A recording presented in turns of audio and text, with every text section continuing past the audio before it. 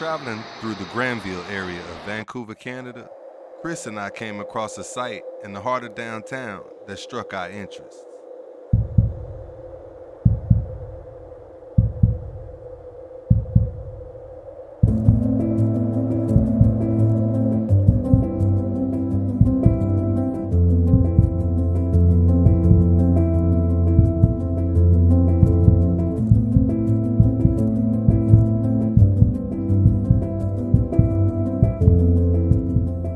Appreciate it. Is my hair? No, I'm just joking. He just seemed really nice, and I enjoyed our talk we had the other night, and I think it's better coming from the people that it's affected the most. It's beautiful. Thank you. It's beautiful. I was telling you, this is what I do. I do rock polishing and stuff like that. Nice. Anyway, I have to run. Yes, ma'am. Thank you so much. What was your name, if you don't mind me asking? Kaneka. Thank you so much. My name is T. Ray. Have a wonderful day. It's been a pleasure to meet you. Okay, bye. Yes, ma'am. This monument was built in mid-May, so I've been here for almost 10 months. It started out with my cousin Tamara Bell. She started this. She put out 215 representing 215 children they found at Kamloops Residential School with ground penetrating radar from the residential schools. And from that point on, I heard, I went to a sacred fire and I heard one of the brothers were beaten up, and my son's like 6'3", and I've never exposed him to anything, and I thought this would be a great opportunity. Yes, he is 29, but I didn't expose him to anything. Absolutely. So when I came here, there was violence here. There was people taking teddy bears, people taking shoes. At that time, it was next to bear, but they managed to steal. Wow. So I was like, no, it's not going to happen. So May 29th, I made that choice to stay here with my son. Literally live here. So right now, they did about 4 more other schools, so we're at 10,060 children they found. 10,000. She said, I know it's hard to hear, guys. I don't have my mic, but she said it's over 10,060, correct? 10,000, yes, that's right, 10,060. Children that they found at these sites. And we're not even, we're only a quarters away, so the numbers are going to be really high, and this isn't including the ones that they threw in the incinerator and other deaths. Oh my gosh. They got their sisters or brothers to throw them in incinerators, and there's a lot of evidence of that. So there's a lot of evil with this murder. They've been put through hell and back before they died, and these were newborn, most of them. I'm so sorry to hear that. Most of the newborn went into the incinerator, so none of these babies had the chance to be an auntie, uncle, sister, brother, mom, dad. They had no chance at all. So I want to stay here until they find all the babies, and that's up to 2 years, 3 years maybe. Oh my goodness. Thank you so much for sharing that. What's your name? My name is Desiree. Desiree. I'm head of the vigil here. I run all this. She's the head of here. And she's actually currently staying on property to make sure that these items aren't stolen and taken, which is sad that somebody even has to do.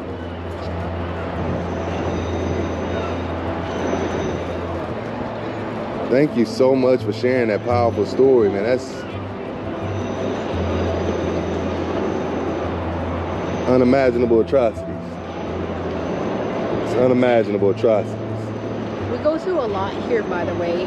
There's a lot of activities here at night with the colonizers that do drugs and alcohol. They feel it's their given right to come here and try to break in while we're sleeping. Crackheads. I do my best to film majority of them.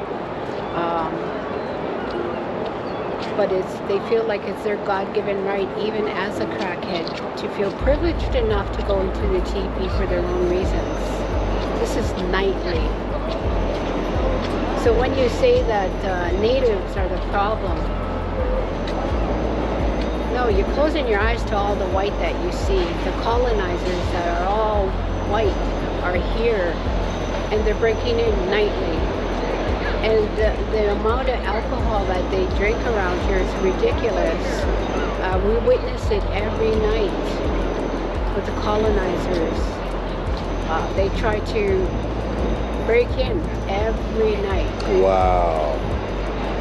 They pass the barriers, which they're not supposed to. They have the audacity to try to go up to the memorial here, and they're breaking in nightly. And the amount of alcohol that they drink around here is ridiculous. We witness it every night with the colonizers. They try to break in every night. They pass the barriers, which they're not supposed to. They have the audacity to try to go up to the memorial. They feel it's their God-given right to go up there every day. Well, it's a beautiful thing you guys have built here. I mean, unfortunately, the situation that it's built on, you know, but I mean, you guys keep building. We were born to survive. Survive, yes, ma'am. 500 years later, we're still here. What are you going to do? Right. What next? This was actually the That's right. courthouse entrance to where they brought the children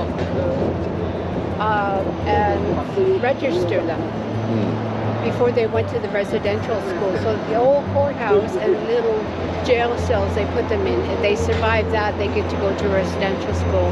They never did feed them or anything once they were in here. Wow. So what's the best way? What's the best way our viewers can get information on this? Where should we go on the internet or whatnot? I've been checking the internet regularly to make sure that their information is correct. Nowadays, because you're allowed to call out anything, most of the information is correct when you Google it. Residential schools. If you just go to Google and residential school survivors, Indian residential school survivors. Indian residential school survivors. You'll get a lot of information on that, and we do have survivors coming by every day.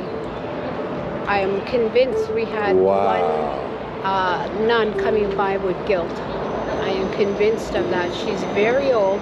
She sits over there as often as she can, and she's crying. Wow. Right from the get-go when I first came here 10 months ago. So she still comes by. Wow. That's powerful. That's powerful. And to be able to just speak to the survivors, my God. It's an honor to hear their stories. It's an honor to speak to you about speaking to them. Thank you. But it's also, it's a training in itself. You can't take anything with you. That's right. It's such a discipline that you have. I don't know where I got it from. I don't know where it came from. It's to hear it, accept it, and let it go. That's right. Every single day. And I also work downtown east side, so there's a double impact. So I'm coming here to this, and I'm going to work downtown east side, the worst part of Vancouver. I don't know how I'm doing it, to be honest. You're a strong individual. You are a strong individual, and like I said, man, if I could have the honor to just offer you encouragement to just continue doing what you're doing and building, like I say, it's just something that was put on this earth to destroy. There's some that was put here to build. So just keep building and doing what you're doing and bringing people together. That's a beautiful thing. And thank you so much for your time and sharing your story. I'm so sorry that you had to go through this, and you know, your ancestors had to go through this. I apologize. Thank you. But thank you so much, and I hope you have a wonderful day. Thank you. Be blessed.